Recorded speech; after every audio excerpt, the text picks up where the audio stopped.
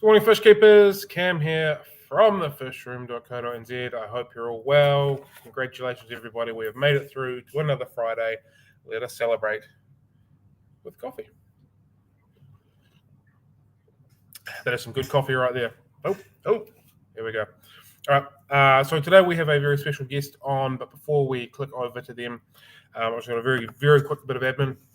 If there is anybody in Nelson who is looking at either setting up a marine aquarium or they have a marine aquarium and they're looking for a new one or some new livestock, someone just came in to the shop yesterday saying that they were looking at getting rid of their setup. It's just not working for them, so they've got a Fluval Flex aquarium. It's marine setup with the skimmer, all the lights, all the rocks, all the livestock, all that kind of stuff. So if there's anybody locally who is interested, please send us a message and I will put you in contact with that person. Right, now that's done. Let us get into our guest. So thank you very much, Jennifer, for joining us. It's really appreciated. I know you're a very busy human being, so thank you very much. Pleasure. So do you just want to quickly give us a little bit of a brief introduction of who you are and how you got into fish keeping, please? Jennifer Hamlin, and I am an academic. I'm a vet tech, trained in the USA in California, and I moved to New Zealand 20 years ago. I now am teaching vet nursing, and I'm involved in regulation. So I'm chair of the Regulatory Council, involved in setting standards and educational standards and professional standards, and consulting with legislation and the Veterinary Act and things like that. I got into fish keeping. Well, my mom had a tank when I was a kid of guppies, and so it just was part of my life from a young age. And then I proceeded to have several setups as I was going through university and school and things like that. And I pity the poor goldfish that lived in their bowls back in the day. Geez, what was I thinking? Oh, man. And then I just have always had a tank, or 30. And I think it was probably just before the earthquakes, I had probably about 25 tanks going and breeding and display tanks and things like that. Really into aquatic plant collecting and rare fish collecting. I like rare things. And then the earthquakes happened and all of my fish shelves went down, and I had to start over. And I engineered some really strong shelves and tanks and started over. And and now I've cut back a bit. I just have a big display tank now. Trying desperately to avoid setting up about 5 more tanks around my desk because I'm really starting to get a bug about getting some nanofish again. Yeah. It's just a matter of time, I tell you. There's going to be a tank in that corner right there in a minute. Yeah. There'll be a spot. There'll be an empty spot and you need to fill it. Yeah. And I love having little ones on my desk, so I could sit here, especially the little sparkling gourami, and they're like ticking away over there. I hear them. Love that. Absolutely beautiful fish, sparkling gourami. Really, really and underrated. They're so cute, just looking at them hooning around like little submarines as I'm sitting here at my desk, they're hooting around. This is great. I like it. I'm talking myself into it right now.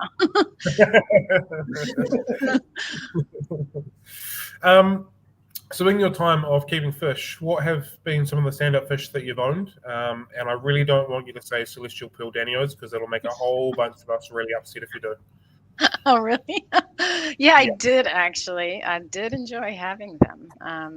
And I don't know, I guess I really liked having the Dario, I guess, because they were a real challenge. The ones that came in at the time were really, really finicky. And so I had about 10 different live foods that I was feeding them. And they're so tiny that you might think that they could live in a small tank, but they need a lot of room to have their territories and things like that. They're quite aggressive, aren't they?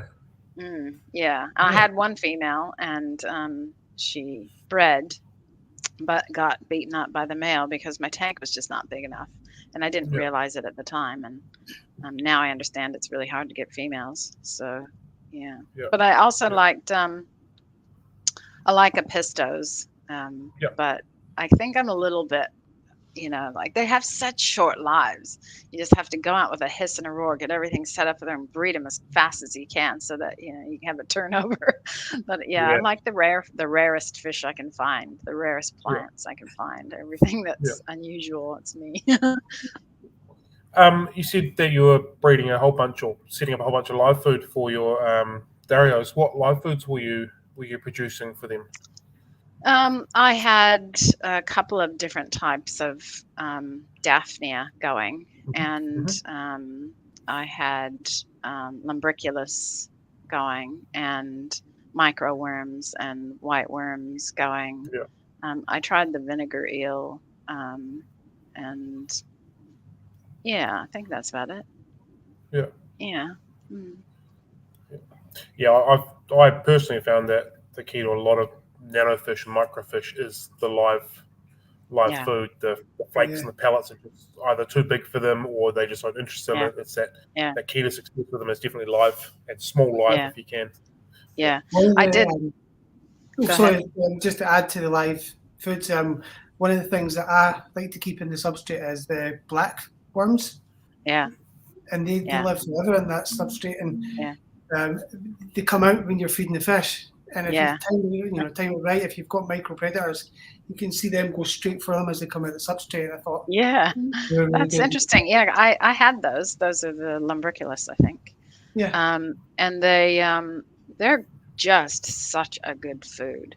Love it, and so easy to care for. I know. But I've never kept them in the tank with the fish. That's such a good idea. It makes heaps of sense, really, Yeah. especially if there's kind of a little bit of extra feeding going on, then they'll, multiply pretty quickly. Yeah, then I've got them. They live in a big chunk of wood. I've got in the middle of the tank just now as well. Oh, wow. Just Yeah. the substrate. Yeah. I had a bit of a trial and error with them when I first got them. Trying to find that like happy balance where they were multiplying really quickly. And it's not quite as easy as just throwing them in and then hoping that they're going to take No. off. If they don't have the right oxygen, the right heat and stuff like that, they just kind of sit there and never do anything. And so I kind of learned the hard way that I can't just throw them in the bottom of the tank in the garage and hope that they're going to be fine. They actually need a bit of care, Yeah. And it was the same with all sorts of live foods. I just kind of got into a bit of a cycle of how to really optimize their production as quickly as possible. And, it was pretty cool. Yeah. Yes, we can get blackworms here. As Brian has just said, they're not easy to get hold of. Last I heard, I think Rodney down in Christchurch might have had a whole bunch of blackworms that he feeds out or is available to purchase, but they are here. They're just quite hard to get hold of at the moment, and there's nobody commercially producing them, to my understanding, either. So if you can get hold of them, you can find them in ponds. Yeah, Yep.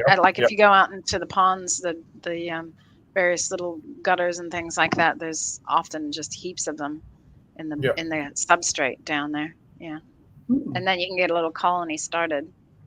It's just hard to kind of clean them out. Like you take a scoop of mud, then you have a whole bunch of them in there, and then you've got to kind of weed out the extra little organisms that come with it. Yeah. I was actually speaking to someone who produces insects and bugs. I can't remember who it was now, and they were trying to get them commercially growing, but they were struggling to get them going at a viable amount to be able to mass produce them. Essentially, they kept them alive and got them going, but just not at a rate that they could supply the industry with, unfortunately. So Wow. Yeah, it'd be great that they were commercially available. They're fantastic food. Yeah, really fantastic. I always found that people say, oh, the white worms have a lot of fat and things like that, and I just found that if you think about what happens in the wild, the fish are eating 100 different things every day. They're not just eating one thing. So of course, if you feed one particular type of food, it's not going to be ideal. So my philosophy has always been with myself and my pets that I just try and make it as varied as possible and kind of think of what's most prevalent in the environment. And probably, worms, I would think, are not quite as prevalent. They're in the substrate, they're hidden away, and so the fish have to kind of hunt around for them. Whereas the floating invertebrates and things like that, they're much more common. And so to me, it makes sense that I would feed a lot more Daphnia and invertebrates than I would feed worms, just to kind of get that in perspective, I guess. And I always had a lot of success with that. I'm sure you agree that when you keep the fish happy, they'll breed. And that's all you have to do is just good food, good environment, lots of shelter, and they're away. You don't have to do anything. Yeah. Yeah. Yeah. Cool. So for the people that don't know, you were the president of the FNZAS for some time. How did that sort of come about, and how long were you involved with that organization for? I can't remember the exact dates, but I'm sure it was before the earthquake, and I was just a fish nerd and joined my local club, and there was a conference that happened in Christchurch, which is where I live, that next year, and everyone just loved my enthusiasm and said, "Jen, why don't you stand for president?" And I was like, completely not really sure what I was getting into. And then I became president, and it was interesting because the FNZAS has a long history, and if you imagine 50, 60 years ago what fish keepers were like, they didn't have social media, and so the only way that they could really chat about their stuff is to come together as a group in a hall somewhere and have coffee and talk about their fish. And those traditions were really strong. And so coming into the FNZAS at that time, when social media was just really starting to get going, was a challenge, because I'm a lot younger than a lot of the people that were carrying the torch. And I was talking about, how do we use social media to our advantage, and how do we, modernize the fish keeping hobby. And, change is hard sometimes. And even still now with FNZAS, the fish clubs around the country, they struggle, I think, compared to the way it used to be when they were thriving. And that was everybody's, they looked forward to having the fish club meeting each month, because it was the chance that they chatted. And now it's like they chat every day, all day long on Facebook and stuff. So it was a real big change. I think I stayed in FNZAS in that role for about 5 years, and made some pretty big changes. But it was really hard because FNZAS is a body that oversees a bunch of fish clubs around the country. And as people lost interest in coming together in clubs and halls, it's FNZAS struggles with, not having that kind of membership to carry on.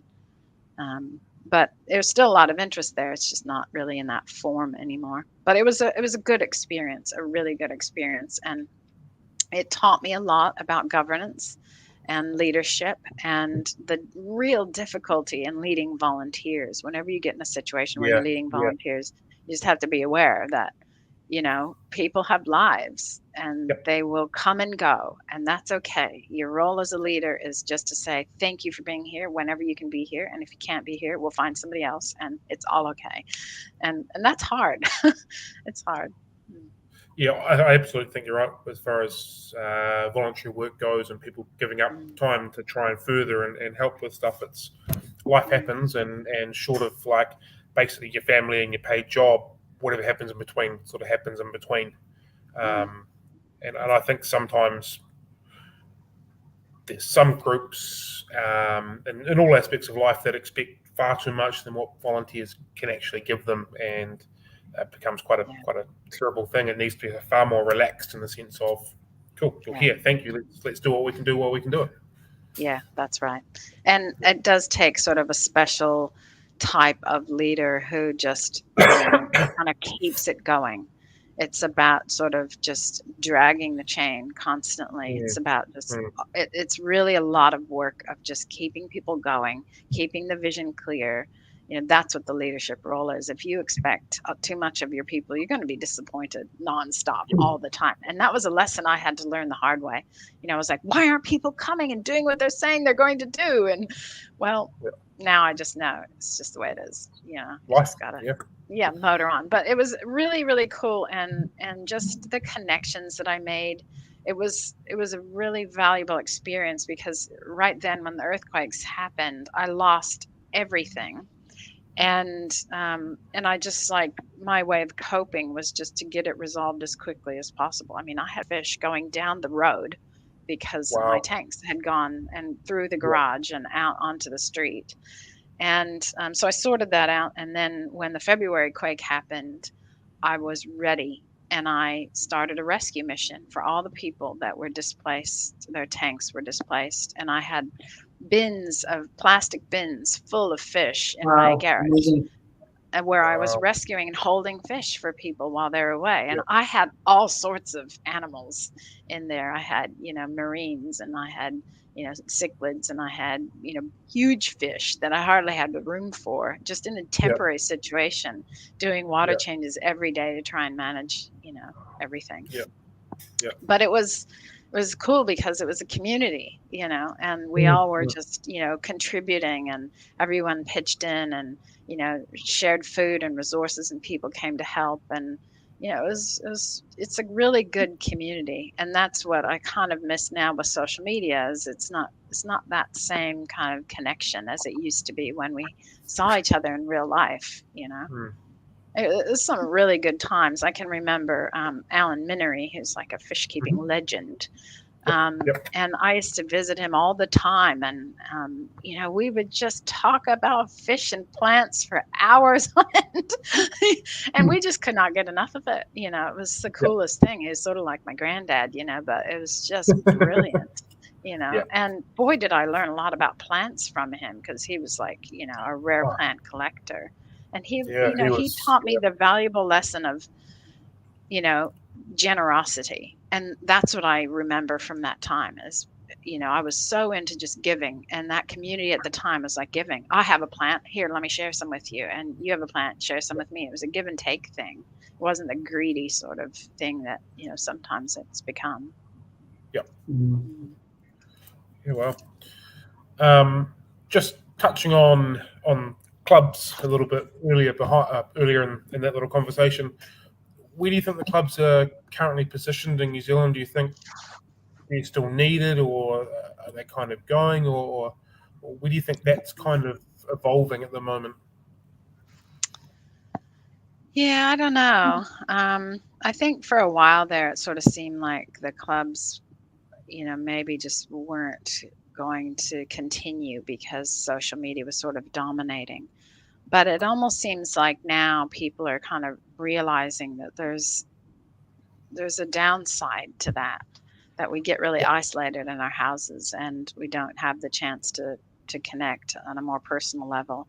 And I think, there is a possibility that we'll have more clubs crop up again, where people just connect as real people, sitting down with each other and talking about things like that. And I think there's an opportunity for that, really, in our area, to sort of foster those connections with real people, because that's how we make friends. That's how we, and it's one of the key factors in longevity. Living a long life is about the friends and connections that we have.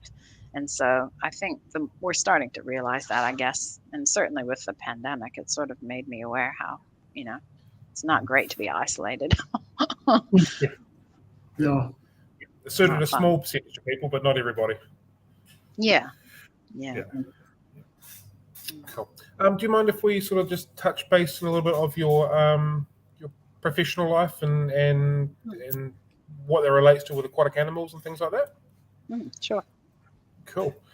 So where do you think, as an industry in New Zealand, is when it comes to like aquatic animal care and the available education and medication and veterinarian care for our wet pets, essentially?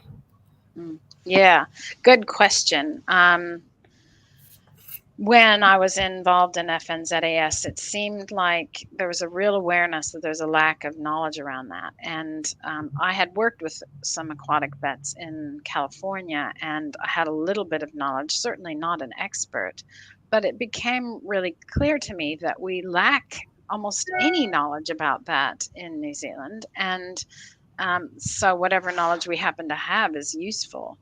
But it's one of those issues I think is going to continue to be a problem, because when you're dealing with animals that have a bit of a commercial value, and you can probably argue that fish are a little bit on that end of the spectrum, because are we as bonded to our fish as we would be to a dog, for example? So they become more of a value proposition when we think about getting health care for them.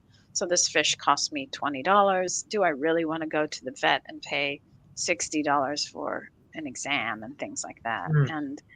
And then the other side to that is, where are the really skilled and competent aquatic vets? There aren't many around, and so we're challenged from the start on how to deal with that, which is a problem. But I guess the more people that seek that help and the more people that sort of demand that expertise, the more that vets will step up and gain that knowledge they need to help that happen. But I think part of it comes with educating vet nurses as well, because, as much as we like to think vets are everything, vet nurses are half or more than half of the workforce. And if whenever you take an animal into a clinic, if that animal needs to stay there or needs any kind of ongoing care, that the care and expertise of the vet nurse impacts that. So sometimes husbandry is the biggest way to kill those animals that you don't know a lot about. And I'm sure you can agree that fish are very much in that boat. You've got to manage the environment. That's the number one factor for them, and that's the water. So it is a real issue, and one of the things that I've been a big advocate for is actually bringing in better education. So in the last 2 years, we've had a review of healthcare, animal healthcare education, and we have developed a new qualification that is for people to learn about fish keeping and managing aquatic animals. So it's sort of that person that's perhaps a little bit better than an average sort of fish store attendant, somebody who can actually manage a facility, not quarantine facility, mind you, because that's kind of a different set of expertise, but all the sort of different components. So that I'm really proud of that, getting that qualification going. But just because the qualification exists doesn't mean that the program is going to be great, or it's going to be delivered as well as it could be. So there's some factors that are still there. So I think I think we could do a lot better, but it's the same around the world in terms of fish healthcare for sure. So is that qualificational program available in tertiary education already, or is it just about to be there, or who's delivering that at the moment? It is, the new qualifications are under review now for development, and some of them will start to be delivered in early 2023, and some will begin in 2024. And I don't know that one's first off the block, so it might be 2024 before it comes up.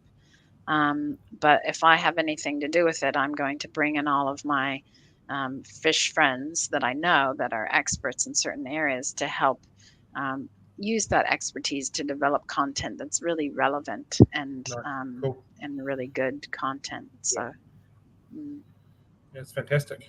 I think it'll be I think it's a level 4 certificate in animal management. Don't quote me on that. I'm sort of forgetting at the moment, but so it should just be like a year-long qualification, and probably will be run by one of the providers. And I'm guessing will be more of a distance or work-based training model. So will the qualification be geared towards people like Cam, or people that operate in the vet as a nurse, or on a larger scale like in a zoo, or or is it everything in general? It'll be geared toward people like Cam, I think. Oh, good. And I mean, there might be like a vet nurse who wants like a little more specialized knowledge, and could take that certificate on top of their vet nursing qualification. But somebody like Cam might like to say, I own this shop and I also have this expertise, and that gives me those letters at the end of my name when I write articles that, I have this knowledge. And, it's a launching point for a master's degree, Cam. I'm sure that probably Cam has, all the knowledge that he needs. But, sometimes we get tertiary qualifications because we want to have the letters after our name. We want to have that legitimacy. We want and there's bound to be something that we can give back by having that tertiary education. So the course, I can't guarantee that it's going to happen, but what happened is we created the qualification. That was where I came in, so I was part of that qualification development. And now it's up to education providers around the country whether or not they want to pick up that qualification and develop a program of study. So, but I do think that there will be a provider that does pick up that qualification and run it. One in the North Island, I would guess.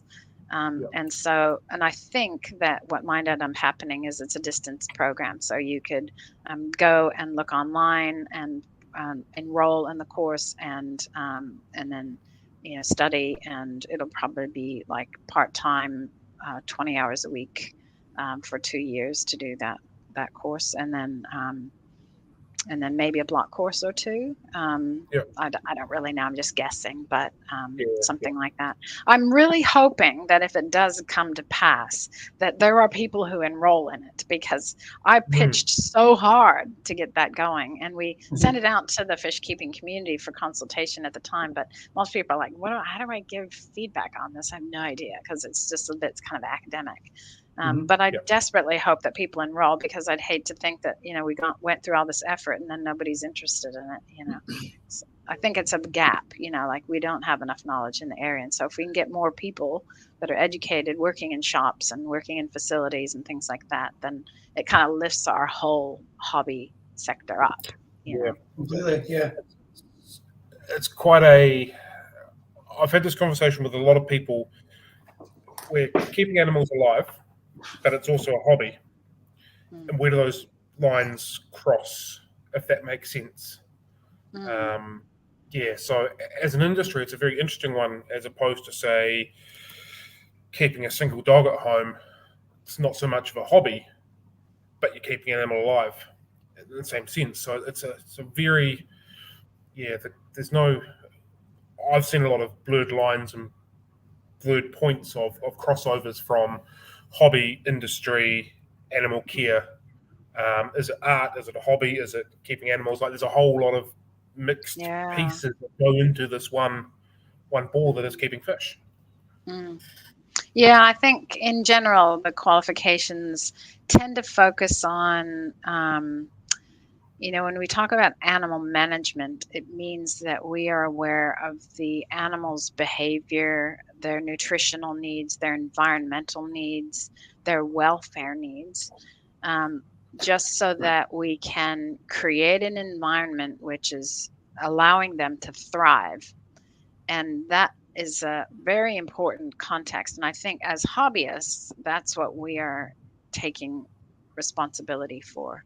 We're taking responsibility for being that animal manager, that person who's an expert in husbandry, who's able to provide those environments where those fish can thrive and breed, and that we can contribute, that we're not creating environments where they're dying and suffering, and we're not doing the best that we can. If that's the situation, we shouldn't be in it.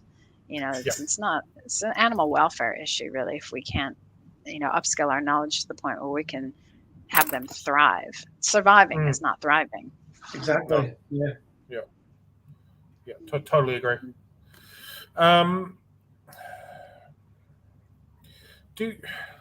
This is potentially a weird or a tough question, but do you think medication should be easy to access for hobbyists, whether it be via pet stores or local fish shops or vets, and because obviously medication can be misused when trying to be used correctly. Well, I have mixed feelings about that. I think, antimicrobial resistance is a huge problem around the world. And I myself have an allergy that I've developed just because I've had exposure to antibiotics in my clinical work. Right. And Wow. and the reason that you develop allergies is because of exposure. You can't have an allergy to a bee sting the first time you get stung. It's when your body develops immunity or reactivity to something, to an allergen, that you develop an allergy. So I was just exposed to this because I was, giving dogs tablets of amoxicillin without any gloves on. And then it was touching my skin and getting in my body that I got dosed with little micro doses of amoxicillin too many times, and now I'm hideously allergic to it. And that's a problem for me because I developed an infection a few years ago, and they did a test to see what antibiotic it was sensitive to, and it was sensitive to amoxicillin, but I can't take it. And there's only one other antibiotic I could take. And if I couldn't take that, my life would be at risk. It was like the old ages where, we just die from our infections instead of have antibiotics. So we need to be very careful with how we use antibiotics. And you might be really concerned about your $100 discus, but is it worth your life and everyone that you know to be having this antibiotic laden water that you're then going to flush down the drain when you're done with it, and you're going to get it on your arms and in your environment? It's a hard question to ask. So I think that antibiotics really need to be used carefully. And in human medicine, and in vet medicine as well, it's much more common that when there's an infection, a culture is taken and a sensitivity test is taken to determine which antibiotic the pathogen is sensitive to. And then that antibiotic is used. We don't want to give antibiotics that aren't going to work 100%, because then it's just making resistant bacteria. But with fish keepers, if you could go and buy an antibiotic off the shelf, you'd say, oh, I think it has a bacterial infection. I'm just going to go buy this and throw it in the tank. What are you doing? You have no idea what that pathogen is. So there are some real significant worries in that regard. And I don't use antibiotics often with my fish. I've probably used antibiotics 5 times in the whole time that I've been keeping fish.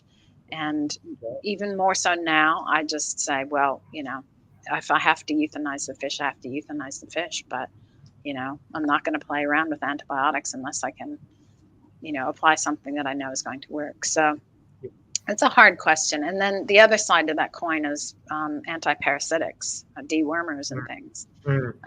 There's a really cool Facebook page called Worm Watch. And it's about equine deworming. But it's brilliant because it talks about overworming and resistance to dewormers and things like that, and how there are 3 different types of horses: one that don't shed anything, one that shed every so often, and others that are shedding all the time. And whether or not they're sick from the worms is a totally different factor to how much they shed. And, that's a really important concept for us to get our heads around, because if we're just deworming constantly without really knowing what we're deworming for or whether or not it's having a benefit, then what we're doing is we're creating resistant worms that are resistant to problems. So if we have a fish that's actually sick from having worms, which is uncommon, by the way, then, what are we going to do with that fish? So I don't use dewormers very often. There's a bit of evidence that it shows that having some parasites in the body is really beneficial to the immune system, because it actually teaches the immune system how to respond calmly to things instead of freak out about it.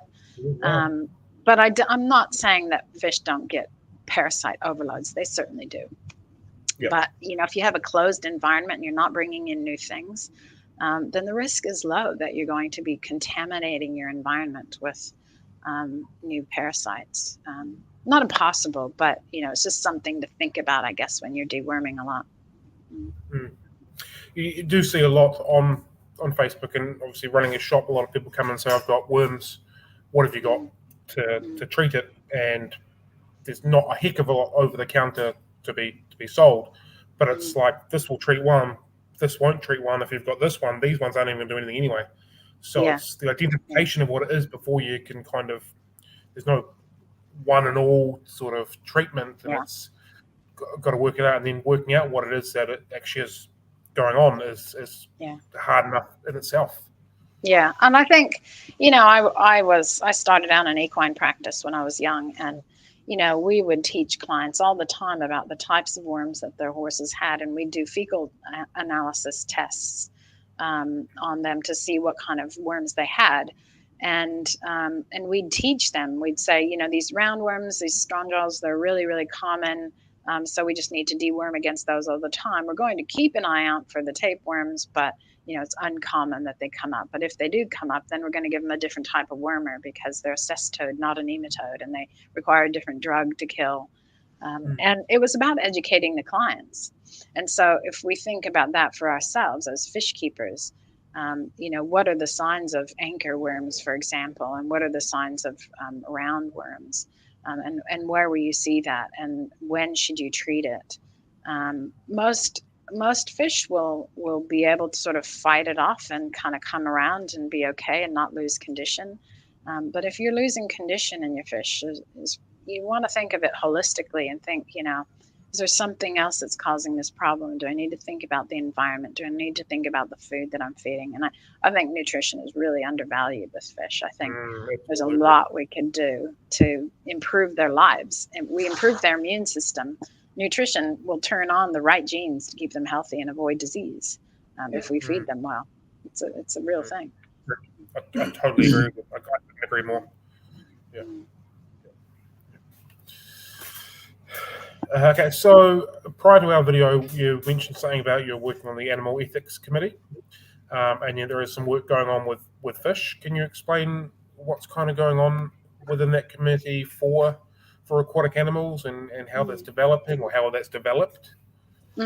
Well, a couple of things. I think when I was working with FNZAS, we were at the time working with MPI to edit the fish list, and that's the allowed fish list. Yeah. And what we were doing is we were trying to acknowledge that there were a lot of species that had incorrect names and were doubled up and under incorrect categories, and we were also trying to get some historical import records, because if we can prove that fish have been imported previously in New Zealand, they're not a new organism. Uh-oh, we might have lost you. Oh no, we've gone. Jen, where are you? Okay, anyway, so you're back? Oop, are we back? We got as far as a new organism. Yeah. So they're not a new organism and they can be imported again. Unfortunately there are a lot of the import records that were lost, and so that didn't really go very far. And then on top of that, just when you make a connection with people in government, then they swap jobs, and then there's new people that come in, and that was so frustrating. There was like 5 different people that came and went, and it was just so frustrating. But it taught me a really valuable lesson about legislation, that and I'm dealing with legislation at the moment, the significant surgical procedures legislation, and tethering dogs legislation and things like that. And one thing I've learned is that it takes a lot of work to change legislation, to allow things to be changed. And the government is really under-resourced for that kind of work. And so if you want some legislation changed, you need to do the homework to make that happen. And if you're going to leave it to them, you're going to send them complaints and problems, they won't be able to deal with that. They just can't. And so if we do the work for them and we do all the homework and talk to all the stakeholders and get a good case behind us, then we have a chance at changing that legislation. So that is where we ended up there. So that sort of gave me a flavor for the whole sort of legislation and policy that goes behind fish keeping. And we also worked with NIWA at the time to create a database of plants. And we got a grant from NIWA to create the fish database on the the plant database on the FNZAS website, because pest plants and stuff were an issue as well. And that affected me because I ended up having some rare plants that I was all excited about that were actually not allowed, which is a problem. Yeah. But again, if we can show that they've been around for a while, then they're not a new organism. So it was, it's dancing around the legislation, especially when you have, fish that have never come into New Zealand before, and you want some of those fish. So in terms of that, it sort of took me into this next stage, which is I'm doing research now, and I'm involved in creating the new Animal Ethics Code of Ethical Conduct for Te Pūkenga, which is the government organization that's overseeing all the polytechs in the country. And so we've written a new code that will apply to all of the polytechs. It doesn't apply to universities that use animals, like Otago University. They have their own animal ethics. But what I found interesting was that there is quite a bit of fish research going on, and it's more of a commercial thing. It's more commercial fisheries and things like that. But there are some fish stuff there, which is really interesting. So we've been writing standard operating procedures for various things related to fish and things like that. So, there's opportunities there for anybody if they want to do a master's, Cam. Or a PhD, Dr. Cam. I know you want to be a doctor. I do. Yeah. It's a lot of work. Why? It's pretty fun. Why is it not transferring over to universities? Why is it just staying with Polytechs? I sort of was under the impression they were the same sort of level of education, maybe slightly different, but about the same point. Yeah. So universities, they confer degrees mostly, and they also confer graduate and postgraduate degrees, whereas Polytechs usually confer certificates and diplomas, sometimes degrees. So in terms of tertiary study, you come out of high school and you're NCEA level 2 or 3, and then you go to Polytech and you take a level 3 or 4 or 5 certificate, and then you might take a level 6 diploma. So you see that the levels are going up, and then you might take a level 7 bachelor's degree, and then you might take a level 8 master's degree, and then Cam, you might take a level 9 and 10 PhD. I understand. So by the time you get up to that level, it's level 10 is like you got to think your way out of a paper bag. It's it's quite challenging, but it's just the levels are based on critical thinking, that type of thing. Right. Okay. Cool. Oh no, I've been logged out of my thing that had all my questions. My next question from memory was related to your role as the chair of. Oh, it's opening back up again. Give me a second. For some reason, it logs me out. Yeah. So to do with your role in that, and is there any conversations in that regarding aquatic species or aquatic animals and that kind of stuff? Yeah, so I'm chair of the Allied Veterinary Professional Regulatory Council, and that is you might be aware that there is a Veterinary Council of New Zealand, and the Veterinary Council is in charge of setting professional and educational standards for vets. And it's very different than the veterinary organization, which is the representative organization. So I like to think of it, you can't hold someone's hand and help them and slap it at the same time. So regulation is more of the slapping hand, and representation is more of the holding hand advocacy side of things. So I'm part of the regulation side of things. So we've created minimum standards of education for different qualifications. And in that, I've been a huge advocate of having really a good broad sense of base understanding for all sorts of different species. Because if a vet nurse is in practice and someone says, I have a fish and I'm bringing it in, and the vet nurse has no idea that this is a tropical fish, it needs to be kept at a certain temperature. It needs to have oxygen in its water. It needs to not be left in a bowl for 5 days, things like that. Then that is critical for that fish's survival if that fish needed to be in hospital to be treated with injections or something like that. And it's very easy for a nurse to kill a patient by not being aware of basic husbandry requirements. So I've always been an advocate of making sure that nurses are really well educated in a wide range of husbandry for a wide range of species, and that includes fish. But there's so much stuff in the vet nursing qualifications now. It's hard to find any room at all for fish. So there's basically none. And if you think about it, like if you talk about a dog, when you're talking about husbandry, it's pretty basic. Most people know the basic stuff. Most people have dogs. Whereas with fish, it's quite complicated. Like, do most people realize that you need to cycle a tank?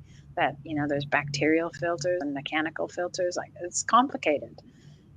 So that's why I think having a supplemental qualification is useful, and then sort of advocating that people become more experts in their area instead of just accidental providers of healthcare for fish when they're not really equipped for it. So I've been a big advocate of that, but it's hard. It's hard. There's so many species out there now. It's hard to be experts in all those areas. Yeah, that makes total sense. Excuse me. Yeah, so that was the last question that I had as far as my structured questions go. So if there's anybody else that's watching that has any questions, please fire them away. Basically, at the end of each time we have a guest on, we do a really quick school of six, which is very quick, essentially yes or no questions. So are you ready for this? Maybe. All right. Okay. So if you had a superpower, which would you do? Which would you have, sorry?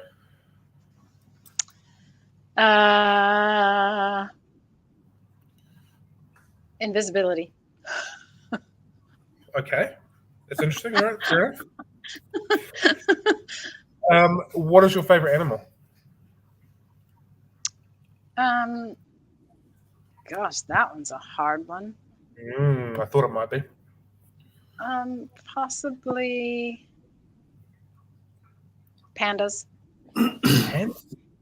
Yeah, cool. I saw some pandas in China, and I was just blown away because I'd never seen them like that in that environment, and I was just like, wow, these are amazing creatures, that eat bamboo all day, and they're so huge. Vegetarians that are just like this big. Yeah. Cool. Are we alone in the universe? Statistically, no. But that gives me the heebie-jeebies, so I won't go into that. Fair enough. Are you a tea or a coffee drinker? Both. Both? Yeah, both. That's not common. I'm quite eclectic in my like I'll have matcha sometimes, and I have a little espresso maker. I have espresso. I like black tea, Darjeeling tea, all sorts of herbal teas. I like it all. Wow, cool. If you go on holiday anywhere in the world, where would you be going right now? Probably California to see my mom. But I will say I went to China in 2018 or 2019. No, 2018. And it was unlike anything I ever thought it was going to be. I was never interested in going. I just got the trip for free. But it was mind-blowing. And I think it was just the history, that all Asian countries have come from this country, and there's just so much history. And there was so much, it was so different. It was really cool. Cool. Wow. And last, what is your unicorn fish? Borellii. Oh, yeah. Pistograma. Yeah, okay. Neat Those fish. photos of them, really giant fins, and I just have never seen one in person, but I always wanted one of the really proper ones. Beautiful, beautiful. Yeah. It's very cool, and I guess that comes back with your interest and your love of pistogramas, as we were speaking about a little bit earlier on as well. Yeah, wow. I really enjoyed breeding them. There's a bit of a knack to it, and I found it, and that's so rewarding when you kind of figure out what makes a fish tick. Are you going to share the knack with the world, or are you going to keep that knowledge to yourself? I just think it was lots and lots of foliage, lots of moss and things like that, because they eat off of the moss. Mm-hmm. They eat those little microorganisms off the moss, and they hide in that, which is, I think, really beneficial for their stress levels, because they're so territorial and aggressive. They really need a lot of cover, and lots of live food, just all live food, lots of daphnia, lots of worms.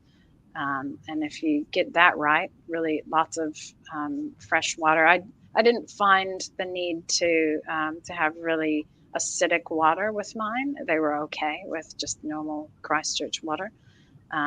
But they really do like that, the fresh water. Lots of water changes is what I found anyway.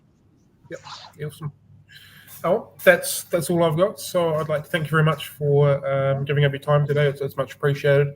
I'm well aware there's plenty of people in the chat that have enjoyed it, and I'm sure there's plenty of people that have got lots of information, lots of ideas and thoughts from you. So I really appreciate your time. So thank you very much. No worries. It's been great talking about fish. All right. So thank you everybody who has joined us. It's been much appreciated, and again, hope you've enjoyed it. It's been a blast. So thank you very much. Everyone, team, happy fish keeping. Catch you later. Have a good weekend. Bye. See you later. Thank you.